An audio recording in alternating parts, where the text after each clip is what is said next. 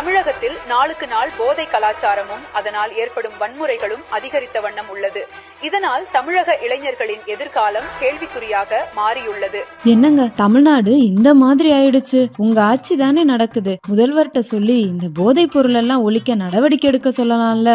என்னமோ எங்க கட்சிக்காரங்களே விக்கிற மாதிரி பேசுற. எல்லாம் திமிர் எடுத்து செய்யற வேலை. எங்க முதல்வரே கஞ்சா போதை பிரச்சனைகளை இரும்பு கரம் கொண்டு அடக்குவாரு தெரியுமா? 1800 கோடி ரூபாய் போதைப் பொருள் கடத்திய வழக்கில் திமுக முன்னாள் நிர்வாகி ஜாஃபர் ஷாதிக்கை தேசிய போதை தடுப்பு பிரிவு அதிகாரிகள் கைது செய்தனர். இப்ப இதுக்கு என்ன சொல்ல போறீங்க?